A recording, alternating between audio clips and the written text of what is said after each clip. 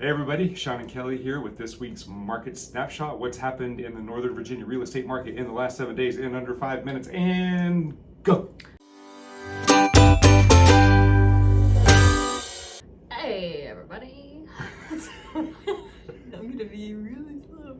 Okay, the squiggly blue, I'm gonna start with the blue line this time. The blue line is the seller activity. That's how many houses have come on the market, they've listed, and now you get to shop around. That's your new inventory. The squiggly orange line, that's buyer activity. That's how many of you guys have actually put houses under contract. So, what does it all mean, John? Before we dive into this, I would like to give... Did I do something? No, it was beautiful. Okay. It was beautiful. I'd like to give some context as to why we do the weekly market report. Smart. Let's say that you go under contract today. Today, at the time of this recording, is August 2nd. And the time is 1:48 p.m. Yes. That will... Oh, we have a meeting too. I gotta be quick. Yes. So, so you go under contract today, August 2nd. If this contract is in the normal processing cycle, escrow cycle, it's gonna take 30 days. Mm-hmm. It's gonna close on September 2nd, which means that sales data will be reported at the close of September. So on September 30th is when that will be counted in the market data for September. Right. Usually that market data will come out on September 10th or so to let everything get finished up. So if this is going into the media, it's probably another week or two after that. So if you if you go under contract on a property today and you're listening to what you're hearing in the news or you're looking at sold data, you're not going to see this data, this market activity. You're not going to make a call on this market activity until October. Right. So, and how can you do that, right? How is that going to help you? And that's what today's people decisions can't be made based on, what would that be, mid-June? Yeah, no, that would be... Or June? What comes before June? May? Like May, maybe even April. Depending, yeah. Yeah, okay. So you can't make your decisions based on sold data. So what you do is we look at, those are lag numbers, okay, what the sold information is. So what we're looking at is we're looking at new properties on the market or new listings, and we're looking at under contracts over the last 7 days. So we see the actual market activity, the supply and demand for the current market. So that's why these numbers are so important, because when you go out in the market today, you're going to respond to what's happening in the market today, not what happened. I mean, you might respond emotionally to what they're saying on the news, but you can't respond with your offers. That's true. And your list prices with what's happening on the news. And if you're being guided by your agent to either price your house based on sold data only or make your offers based on this information, they're giving you 2-month-old information, and it's just not strategic. Okay, so let's dive into this.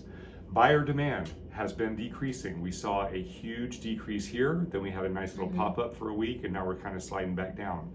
So buyer activity is slowing down a little bit. We've heard numbers from our brokerage about 20% decrease in showing activity. Kind of normal for the summer, so it's not something to be concerning. We're actually a little bit higher than where we were last year. So, but it's just a little bit slower versus what it was, several weeks ago. Right. Inventory has been kind of on a slow and steady increase, which is nice. It's normalizing the market a little bit. Give you a little bit of breathing room, some properties to look at. And, buyer activity in the last 7 days is right here. That came down a little bit. Inventory rose like 1%. So our gap decreased just a little bit, which means that our strength of our seller's market came down just a little bit. So we're still hovering in a seller's market, but it's a calmer seller's market, okay? So we need to be watching these each week, because if these numbers start shooting back up, then we have to respond appropriately. If they lower the interest rates in September and these numbers start shooting up, we have to respond appropriately for that. If the inventory starts going up and the buyer activity comes down, we move into a buyer's market, then we need to know these things. So it's important to watch these reports each and every week so you know real time what's going on. This is really one of the amazing reasons why it's good to work with us, is because he's stat man. And she is story lady.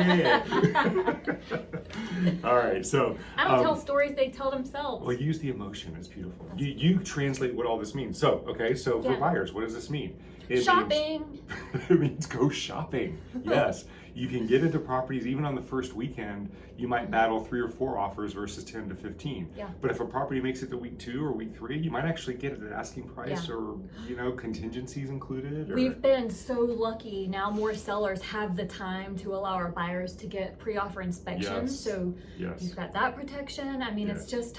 It's like you almost want to put on flip-flops. Yeah, and if you're waiting for the rates to come down next week, take those flip-flops off, put your tennis shoes back on. What you mean next week? Next month. Thank you. Thank Don't you. worry. Yeah, I think the feds are meeting like mid-September Yeah. and supposed to come down. So supposed we'll see. to, but you know, some people said July, and what did I say? What did I say about July rates coming I down? wasn't What? listening. It's recorded. You need to go back, watch it back. I said, not gonna happen, everybody. It's not gonna happen. You know, you're the girl.